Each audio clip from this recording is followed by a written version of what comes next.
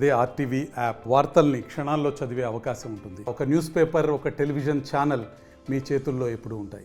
వినాయకుని ఉత్సవాలు అయితే ఘనంగా ముగిశాయని చెప్పొచ్చు. నిన్న బుధవారం అర్ధరాత్రి వరకు కూడా నిమజ్జనం కార్యక్రమాలు అయితే జరిగాయని చెప్పొచ్చు. ప్రస్తుతానికి ఎక్కడైతే ట్యాంక్ బండ్ ఉందో, హుస్సేన్ సాగర్ ట్యాంక్ బండ్, ఇక్కడైతే ప్రస్తుతానికి ఏవైతే నిమజ్జనాలు జరిగాయో గత కొన్ని రోజులుగా అవన్నీ కూడా వినాయకునికి సంబంధించిన రాడ్లు కానివ్వండి, లేకపోతే ఏవైతే సీకులు ఉంటాయో అవన్నీ కూడా కట్టెలు కానీ ఇవన్నీ కూడా తీసే ప్రయత్నం అయితే ఇటు చేస్తూ ఉన్నారు. ఒకవైపు చూసుకుంటే కనుక ఇప్పటికీ కూడా చుట్టుపక్కల మొత్తం ఏదైతే హుస్సేన్ సాగర్ చుట్టుపక్కల మొత్తం కూడా ఈ ట్యాంక్ బండ్ ఏదైతే ఇప్పుడు 4 జోన్లుగా విభజించారో, అంటే ప్రస్తుతానికి చూసుకుంటే ట్యాంక్ బండ్ దగ్గర, అలాగే ఎన్టీఆర్ మార్గ్, పీపుల్ ప్లాజా, ఇలా ఈ 3 చోట్ల కూడా మొత్తం ఇప్పుడు వరకు ఏవైతే వినాయకులను నిమజ్జనం చేశారో అవన్నీ కూడా తీసే ప్రయత్నం కూడా చేస్తూ ఉన్నారు. ఒకవైపు ఇటువైపు చూసుకుంటే ఎవరైతే కొంతమంది ఇక్కడ జిహెచ్ఎంసీకి సంబంధించి కొంతమంది ఉన్నారో వాళ్ళు లోపల వినాయకుడికి సంబంధించిన ఏవైతే ఈ సీకులు, రాడ్లు, కర్రలు ఏవైతే ఉన్నాయో అవి కూడా తీస్తున్నారో. అటు సైడ్ దూకి అటువైపు చూడొచ్చు, ఏవైతే వినాయకులు విగ్రహాలు ఏవైతే కరగలేదో వాటిని కరిగించి మరి తీస్తున్న విజువల్స్ ఇక్కడ మనం చూడొచ్చు. ఒకవైపు అయితే ప్రస్తుతానికి మాత్రం ఎన్ని క్రెయిన్స్ పెట్టారు, ఏ జోన్లు ఉన్నాయనేది ఒకసారి తెలుసుకుంటే మాత్రం ట్యాంక్ బండ్ దగ్గర 15 క్రెయిన్లు, ఎన్టీఆర్ మార్గ్ దగ్గర 9, పీపుల్ ప్లాజా దగ్గర 6, మొత్తం కూడా 30కి పైగా అయితే క్రెయిన్లను ఏర్పాటు చేయడం జరిగింది. దాదాపుగా ఈ వినాయకుని నిమజ్జనం మొత్తంలో కూడా దాదాపుగా 1,00,000కి పైగా అయితే వినాయకులని ఇక్కడ నిమజ్జనం చేయడం జరిగింది. ఒకవైపు చూడొచ్చు మనం ఏవైతే వినాయకులు ఉన్నాయో ఆ వినాయక విగ్రహాలు ఏవైతే ఇక్కడ ఇప్పుడు ఈ ట్యాంక్ బండ్ దగ్గర నిమజ్జనం చేశారో వాటికి సంబంధించి, ఆ వినాయకులకి సంబంధించి, విగ్రహాలకు సంబంధించి ఏవైతే సీకులు, రాడ్లు ఉంటాయో వాటిని తొలగించి ఆ సీకులని పక్కన పెడుతున్న విజువల్స్ కూడా ఇప్పుడు మనం ఆర్టీవీ విజువల్స్లో అయితే చూస్తున్నాం. ఇక్కడే కాకుండా అటువైపు కూడా చూడొచ్చు. అటువైపు మొత్తం కూడా ఏదైతే ట్యాంక్ బండ్ దగ్గర మొత్తం కూడా చూసుకుంటే ఇక్కడ మొత్తం కూడా వినాయకులకి సంబంధించి ఏవైతే పరికరాలు ఉన్నాయో వాటిని అన్నిటినీ కూడా తీసి ఇలా ఇక్కడ ఫుట్పాత్ మీద అయితే పెట్టడం జరిగింది. ఎటువంటి ఇబ్బంది కలగకుండా, అంటే నిమజ్జనం నిన్న రాత్రి బుధవారం అర్ధరాత్రి వరకు కూడా ఘనంగా ప్రశాంతంగా అయితే జరిగాయని చెప్పొచ్చు. దాదాపుగా 1,00,000కి పైగా అయితే ఈసారి నిమజ్జనానికి వచ్చాయనేది కూడా తెలుస్తుంది. వివిధ ప్రాంతాల నుంచి, వివిధ నగరాల నుంచి అయితే ఇక్కడికి తీసుకురావడం జరుగుతుంది. ప్రస్తుతం వినాయకుడు నిమజ్జనం అనగానే ప్రతి ఒక్కరికి కూడా గుర్తుకు వచ్చేది ట్యాంక్ బండ్ అని చెప్పాలి.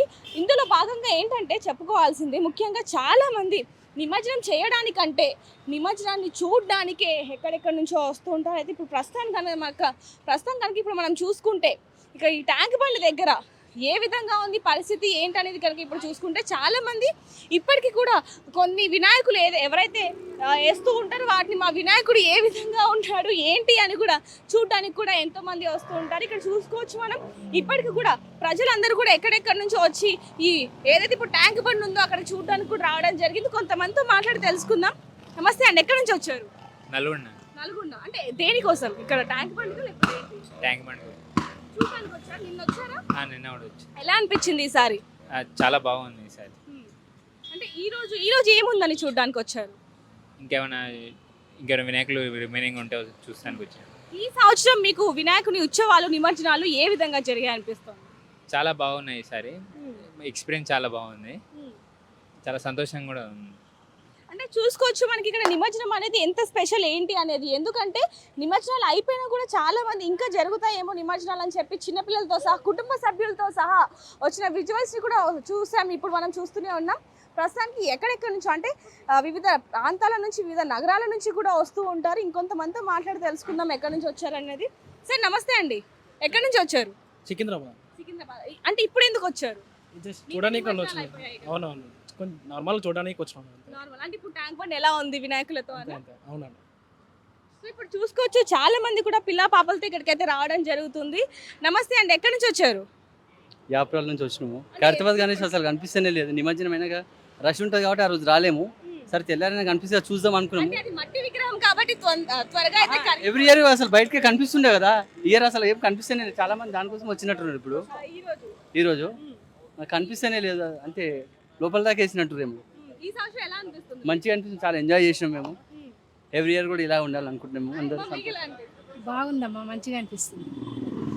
చాలా మంది నిమజ్జనాలు అయిపోయాక కూడా వినాయకులు ఇంకా కనిపిస్తూ ఉంటారేమో, మేము ఇంకా చూడొచ్చు ఎంజాయ్మెంట్ ని అని చెప్పి కూడా చాలా మంది ఎక్కడెక్కడి నుంచో వస్తున్నారు. ఇప్పుడు కనుక మనం చూసుకుంటే చాలా మంది నల్గొండ దగ్గర నుంచి, సికింద్రాబాద్ దగ్గర నుంచి ఎక్కడెక్కడి నుంచో వస్తూ ఉన్నారు. ఇటు చూసుకుంటే కనుక ఇంకా ఇప్పటికీ కూడా ట్యాంక్ బండ్ అనేది ప్రజలతో, జనాలతో, భక్తులతో నిండిపోయిందని చెప్పొచ్చు. ఇటు చూసుకుంటే కనుక నిన్న ఏ విధమైన వాతావరణం ఉందో అంటే చాలామంది నిన్న కూడా ఎక్కడెక్కడి నుంచో వచ్చి వినాయకుడి నిమజ్జనాలు చూడాలి అని చెప్పి చిన్నపిల్లల దగ్గర నుంచి అంటే కుటుంబం మొత్తం కూడా వచ్చిన విజువల్స్ కూడా నిన్న మన ఆర్టీవీలో అయితే చూడడం జరిగింది.